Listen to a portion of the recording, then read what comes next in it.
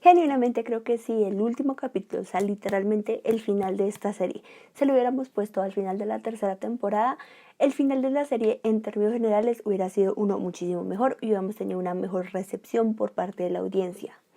Estoy bastante segura de eso, porque para esta cuarta temporada la considero una bastante floja, con bastantes huecos durante todos los argumentos de todos los personajes. Así que sí, insisto, ese final sí está bueno, pero la temporada en sí no me agrada del todo. Aquí la dinámica es la siguiente: mientras realizamos este maquillaje vamos a desglosar toda la cuarta temporada de The Umbrella Academy, y como es el final de la serie vamos a hablar de toda la serie en términos generales, de todos los personajes, de todo. Sí, en esencia, de todo. Una familia disfuncional de superhéroes se reúne tras la muerte de su padre para investigar el motivo, y también tenemos aquí en juego un posible apocalipsis. Bueno, eso más que todo te resume la temporada 1, y realmente la palabra disfuncional se queda corta porque aquí tenemos 6 protagonistas que fueron adoptados por un millonario excéntrico, ya que todos nacieron en unas circunstancias bastante peculiares. Sin embargo, este millonario ni siquiera se tomó el tiempo de realmente nombrarlos y de conocerlos, sino simplemente los numeró del 1 al 6. Bueno, realmente el 1 al 7, pero eso explicaré más adelante. Y no se demoraría en descubrir que todos y cada uno de ellos tienen poderes especiales. Y nuestros 6 personajes principales es: número 1, Luther; número 2, Diego; número 3, Allison; número 4, Klaus; número 5, se queda número 5; número 6, Ben; y número 7, Vania.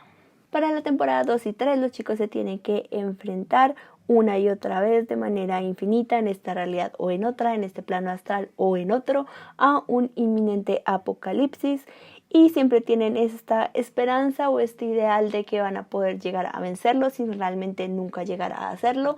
Por eso están saltando de un plano a otro, y al finalizar la tercera temporada quedamos en que tienen que saltar a otra nueva realidad, y en esta nueva realidad pierden todos sus poderes, lo que los obliga a vivir una vida normal sin la ayuda de los superpoderes que tiene cada uno de ellos.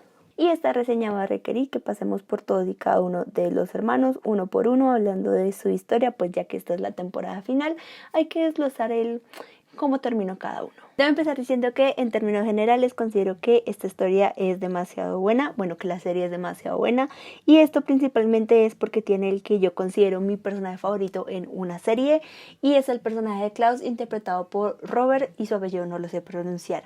Y es que considero que todo, o sea, desde su historia a la relación que tiene con sus poderes, que si no sabías, su poder es hablar con los muertos, y la manera como ejecutaron su crecimiento, personalmente me parecía fantástico, la manera en la que iban creciendo sus poderes, todas las habilidades que él iba adquiriendo, además de que eran habilidades que siempre lograban como su momento de brillar en el momento como esta gran batalla final. Eso también considerando que tiene la mejor historia de amor que yo he visto en una serie. Sé que duró súper poquito, fueron solo como un par de capítulos, pero el impacto que tuvo en él, la explicación que nos dio en el trasfondo de lo que es él como personaje, bestial. Simplemente bestial. Es realmente mi personaje favorito en una serie. Te estoy hablando de nivel general. La disfruté muchísimo, y por eso cuando llegamos a la cuarta temporada me ofendió, profundamente me ofendió que lo pusieran a un personaje tan bueno de relleno en el fondo. Y eso no está tan grave como lo que hicieron con los otros personajes. Por si no te diste cuenta hasta este momento, este video va a estar a reventar de spoilers, así que sí, te invito a ver The Umbrella Academy prácticamente en su totalidad para ver este video, y ya, estás advertido. Si bien decidieron para esta cuarta temporada dejar al personaje de relleno en el fondo, le dieron como esta historia de que por fin se había rehabilitado y que se había convertido en un germofóbico, y que además se había vuelto extremadamente precavido, lo que lo hacía desprenderse de los problemas de los demás miembros de la familia, lo cual me ofende profundamente porque este fue un personaje que se sacrificó incontables veces por el equipo y por el grupo, y es que me ofende. Realmente me ofende. Y realmente creo que desaprovecharon bastante el personaje, ya que no lo dejaron sobresalir, inclusive cuando la situación estaba dada para que él sobresaliera, como cuando se quedó enterrado en un cementerio de perros. Pero creo que esta decisión creativa la tomamos basados en el hecho de que este personaje tuvo un mega desarrollo a lo largo de la temporada número 3. Así que lo entiendo, pero me parece decepcionante. Pegada desde el inicio está también el personaje de Allison, que considero que para esta cuarta temporada también decidimos ponerla de relleno en el fondo. En el caso puntual de Allison, siento que habían dos líneas muy grandes que llevaban su historia y eran como estas relaciones personales que ella tenía. Una era como esta tensión romántica con Luther, que lo concluyeron a las patadas en la tercera temporada. Y la relación con su hija. Realmente creo que esta parte de la relación como de mamá le dieron un muy buen desarrollo a lo largo de la temporada número 2. Pero creo que en cuanto al personaje de Allison tenía mucha más fuerza y mucha más relevancia su historia como mujer y como madre y como esposa de un hogar que su historia realmente como heroína. Sin embargo, considero que sus poderes son demasiado varas para que la pongamos como de relleno en el fondo. Siento que su historia, el desarrollo de estas dos líneas en su parte sentimental tenían muchísimo más peso y eran muchísimo más relevantes y por eso leímos como más importancia como a lo largo de las temporadas. Una de mis favoritas fue durante la segunda, si no estoy mal, donde ella pierde su voz, por consiguiente pierde sus poderes y tiene que adaptarse a vivir en la época de los 60 como una mujer negra, por lo cual tiene que casarse para poder sobrevivir y consigue casarse con un muy buen hombre que le ayuda un montón, además de que aprende también demasiado sobre toda esta lucha que estaban haciendo las personas racializadas en ese momento en Estados Unidos. Realmente una muy buena temporada. Y que me ofendió que ella tuviera todo este crecimiento y al momento de recuperar su voz, recuperar sus poderes y volver con su familia, dejamos todo este crecimiento de lado y simplemente nos centramos en el hecho de que y realmente lo convertimos es en un factor en su contra y ni siquiera nos tomamos la molestia de profundizar en por qué todo este crecimiento personal de ella como mujer y este empoderamiento se vuelven un factor en su contra y lo cual es ridículo porque en la tercera temporada también le damos a ella la posibilidad de explorar como todo este potencial en su lado malo y creo que lo hace extremadamente increíble y creo que al igual que con Klaus les dio simplemente miedo al éxito, así que simplemente decidimos sentarla en la banca con Klaus y que miren lo que pasa con los demás. Otro personaje del cual salimos con bastante facilidad en esta ocasión, no solo a lo largo de la cuarta temporada, sino a lo largo de toda la serie, es el personaje de Luther, que fue un personaje que realmente nunca entendí cómo qué trascendencia tenía ahí. En esta cuarta temporada simplemente lo convertimos en un stripper medio decente y ya. Y creo que de todos este era el único personaje que tenía muy activo y muy como en él este instinto de permanecer en familia, de que somos grupo, de que somos, ¿sabes? Como familia, valga la redundancia. Y nunca entendí este personaje, realmente nunca tuvo como este crecimiento, un trasfondo, una historia interesante. Tuvo ahí medio su tensión con Allison, pero tuvimos miedo al éxito, tampoco nunca exploramos esa parte. Y en esta temporada pues sí siento que simplemente era como ese personaje que era el hombro para llorar, el personaje que estaba ahí para apoyarte y escuchar todos tus problemas, el compañero ideal de pelea, pero nunca hacía nada, nunca tenía como nada. Por eso tampoco nunca entendí por qué era considerado el líder del grupo y por qué era el número uno. O sea, cosas que nunca llegaré a entender. En esa misma hilera y sentada en la banca esperando a ser llamada para su gran debut está el personaje de Vanya o Victor. Y aquí vamos a hacer un paréntesis a el cambio de género que tuvo el personaje, porque considero que lo manejamos de una manera bastante brillante y una manera bastante como increíble. Siento que la manera en cómo reaccionó la familia es la manera ideal en la que debería reaccionar como toda la familia con una integrante de su familia que decía hacer como esta transición. Lo hicieron increíble, lo manejaron muy bien, en ningún momento buscaron hacerla sentir incómoda o hacerle preguntas de más o hacer como comentarios al respecto. Siento que por ese lado lo manejamos muy bien. Ahora, sí creo que para esta cuarta temporada nos faltó darle como protagonismo también a Vanya. En la primera temporada ella era esta bomba de tiempo que realmente fue la gran causante del apocalipsis al cual se enfrentaron los hermanos. Pero para la temporada 2 y 3 mejoramos esta relación familiar de una manera muy increíble, por eso te digo que tomaron muy bien su cambio de género. Pero para la cuarta simplemente estamos ahí como esperando para llamarla. Ahora bien, siento que concluyeron con este personaje hace como 2 temporadas y siento que eso también pasó luego de su gran historia de amor, que igual que la de Klaus, Chef Kiss, lo manejamos muy bien, pero sí nos faltó, o sea, como que le tenemos miedo al éxito, entonces simplemente lo sentamos en la banca a esperar a su llamado, porque de todos los integrantes de la familia, este es el único personaje que prioriza cualquier solución sobre la violencia y sobre el tener que usar sus poderes, sobre todo por el tipo de poderes que tiene. Pero sí nos faltó, o sea, decidimos dejarlo literalmente por allá, echando porras a lo lejos, y cuando era el momento, ven, habla con tu hermano, si lo convences bien, bacano, si no, pues lo matas. O sea, sí, solución fácil, solución rápida. Pero realmente no lo dejamos como explorar cómo fue que llegó al control y al dominio de estos poderes o de tal como esta capacidad. Y en la cuarta temporada lo que hacemos es mandarlo a Canadá, literalmente lo mandamos al otro extremo del continente y porras desde allá, éxitos y ya. O sea, de verdad, le tuvimos miedo al éxito. En demasiados aspectos le tuvimos miedo al éxito. Saliendo de todos los jugadores que tenemos sentados en la banca, ahora entramos a hablar de los que realmente fueron jugadores y participantes a lo largo de esta cuarta temporada. Y vamos a empezar con el menos relevante de todos, pero que algo en su historia tenía que ver como a lo largo de esta temporada, y es el personaje de Diego. Realmente su habilidad, nunca entendí cuál era como su superpoder, además de que el man tenía como una excelente puntería en todos los aspectos. De hecho, embaraza a su... O sea, se supone que pasan 6 años en la cuarta temporada, y en 6 años tuvo como 4 hijos. O sea, amigo, what? Pero hay que hablar de la relación de Diego y Lila. La relación de Diego y Lila. En términos generales considero que es una relación bastante interesante. De hecho, creo que como pareja ellos pasan por demasiadas cosas, como el conocerse en el manicomio, después todo este tipo de peleas, guerras y demás. Siento que esta sed de sangre es algo que los une bastante como pareja y es algo que les apasiona, como que ambos son realmente luchadores, no hay otra manera de explicarlo, y que para esta cuarta temporada tomáramos la decisión creativa de coger a estos dos luchadores natos y ponerlos en esta vida realmente de pareja normal, común y corriente en los suburbios, con familia y todo lo demás. Me pareció brillante, porque tarde que temprano esta sed de sangre les iba a jugar en contra.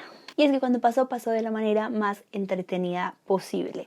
En el caso de Diego lo juntamos con Luther, que los dos los considero los personajes como más inútiles de toda la serie en términos generales, y los pusimos en una situación en la CIA donde tuvieron como esta pelea bastante feroz, no sé, como dramática, y fue muy entretenido. Una escena totalmente inútil, sí, pero totalmente entretenida. En el caso de Lila, todo lo opuesto, vuelve a retomar su rivalidad que tiene con 5, y no solo eso, sino que vuelve a tomar como este papel o esta doble vida a escondidas de su marido, donde vuelve a buscar como acción de otras maneras diferentes. Así que sí, eso nos da pie a lo que yo considero y lo que creo que todo el mundo considera que ha visto esta serie, lo peor de la temporada. Lo peor. Desde ya lo decimos, todo lo pensamos, y es que la relación entre 5 y Lila fue sin lugar a dudas lo peor que pudo pasarle a esta cuarta temporada. Y sé que aunque entre los personajes creamos esta rivalidad que apareció literalmente desde que el personaje de Lila apareció y que temporada a temporada lo tuvimos, no, lo siento, involucrarlo sentimentalmente fue la peor decisión que pudimos haber tomado, no solo porque una diferencia gigante de edad entre los personajes, lo cual hacía extremadamente incómodo ver un beso entre ellos. Es que no jodan, o sea, Aidan empezó esta serie como con 10 años, y que al final de 4 temporadas esté dando besos con una actriz de 35 años. Está horrible. Horrible la situación, realmente no le aportó nada a la trama, no le ayudó en nada a los personajes o al desarrollo de los personajes. Después eso se convirtió en un triángulo amoroso súper extraño con Diego. Después Diego se enteró. ¿Para qué? ¿Qué necesidad? A nadie le ayudó, a nadie le aportó, a nadie le cambió como la historia. O sea, fue totalmente irrelevante, fue totalmente innecesario, era súper incómodo de ver. Realmente fue algo que no, me sobraba por completo en la temporada, no lo consideraba interesante, no le aportaba, es que simple y sencillamente no. Involucrar a 5 y a Lila como pareja fue lo peor. no. En el caso del 5, interpretado por Aidan Gallagher, sí considero que el personaje le aporta demasiado a esta historia, no solo porque en términos de el cast era el personaje interpretado por el actor como más joven, que tenía que ser el personaje más mayor, porque en la historia, por ahí iba la historia, y eso era como muy interesante, además de que su poder es la teletransportación y poder viajar en el tiempo, así que once again le aporta muchísimo dinamismo a todo lo que les pasa, y realmente por él es que se mueve la serie. Por él es que todos los otros personajes van interactuando y van creciendo y van haciendo todo lo que tienen que hacer. Y el hecho de que estos poderes se desprendiera esta estación de tren que se convertía como las paradas en los diferentes como líneas temporales o en las diferentes dimensiones, era una idea excelente que tuvimos un once again miedo de llevarla al éxito y de permitir que los otros personajes como que interactuaran con algo tan bueno. Pero es que once again, ¿por qué? ¿A quién se le ocurrió encerrarlo ahí por 7 años con Lila? ¿Qué necesidad? ¿Para qué? Creo que de todas las ideas esta fue la más interesante que tuvimos en esta cuarta temporada y creo que hubiera sido extremadamente enriquecedor y muy divertido ver a toda la familia interactuar en este tren con perderse en diferentes dimensiones, en diferentes como portadas del tiempo, y eso está interesante. Entiendo por qué la descartaron, porque eso hubiera sido lo mismo que pasó en la temporada 2 cuando quedaron atrapados en el mismo sitio pero en diferentes décadas. Entiendo que por ese lado lo hayan descartado. Y sí era una muy buena idea, pero once again, es que me ofende profundamente que lo hayan encerrado con Lila, porque no. Alta decepción. Finalmente, Ben, que en cuanto a personajes y a sus tramas con los agujeros negros más gigantes tenemos, es el personaje de Ben, no solo por... es que como que hay por partes. La primera, su muerte. En la primera temporada, la única persona que podía como interactuar con Ben era Klaus a través de sus poderes, y dentro de ese poder interactuar con los... él también podía ver la manera en la que ellos habían muerto. Así que la justificación que le dimos a la muerte de Ben en la cuarta temporada no tiene sentido porque es algo que Klaus hubiera visto desde la primera temporada. No lo entiendo.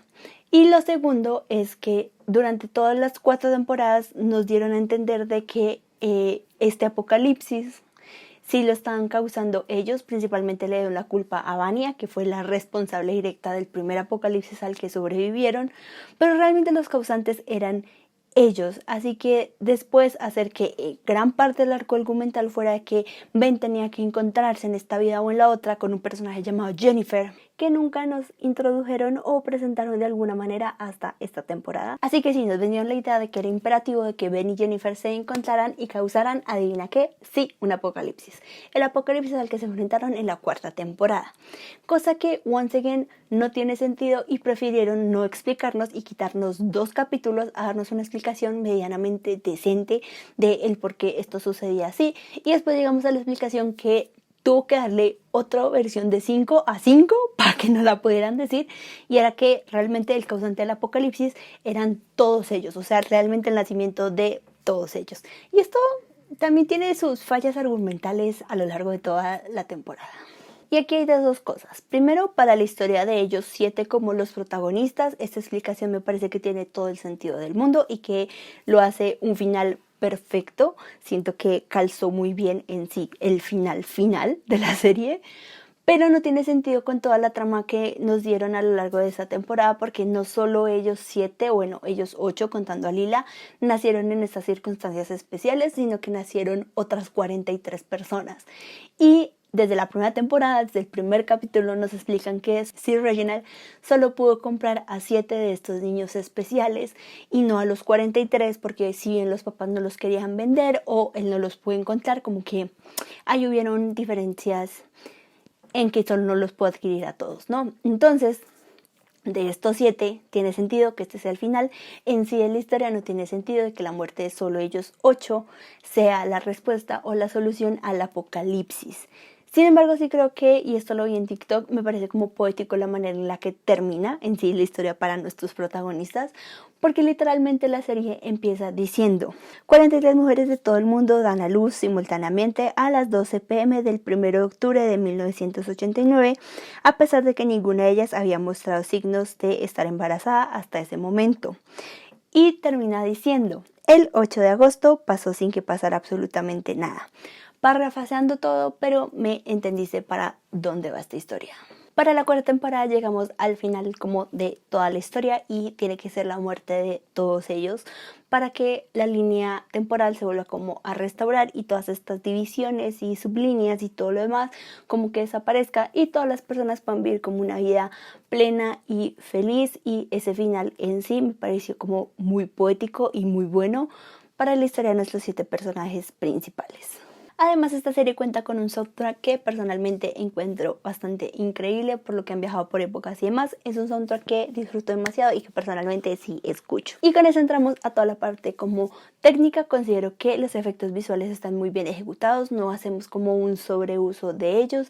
En términos generales, visualmente se ve todo bastante bien. Como ya te he dicho varias veces a lo largo de este video y si has visto Umbrella Academy, obviamente te diste cuenta, ellos han viajado en diferentes como épocas y momentos de la historia y el arte que acompaña como dichos momentos lo hace como muy interesante y yo lo disfruté demasiado. ¿Sabes? Esa es mi parte favorita.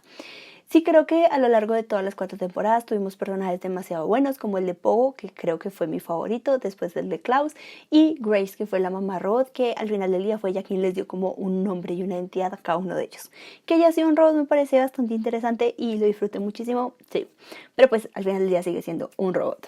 En cuanto al final puntual, y ya lo dije hace nada, pero sí considero que la muerte de ellos 8 como el final y la solución para el apocalipsis tiene todo el sentido del mundo, solo concentrándonos en la historia de ellos 7, aunque pues sí tenemos como estas tramas, estos huecos en la trama que no me terminan de cuajar, pero final como final sí me pareció un muy buen final y de hecho considero que ese final en específico lo hubiéramos tenido en el final de la tercera temporada, hubiera tenido muchísimo más peso y muchísimo más valor que una cuarta temporada. Y esto lo digo no solo porque perdimos 2 capítulos, sino porque realmente no necesitábamos verlos a todos ellos sin sus poderes. Creo que solo con la experiencia que tuvimos de ver a Allison perder sus poderes en la segunda temporada era perfecto y más que necesario.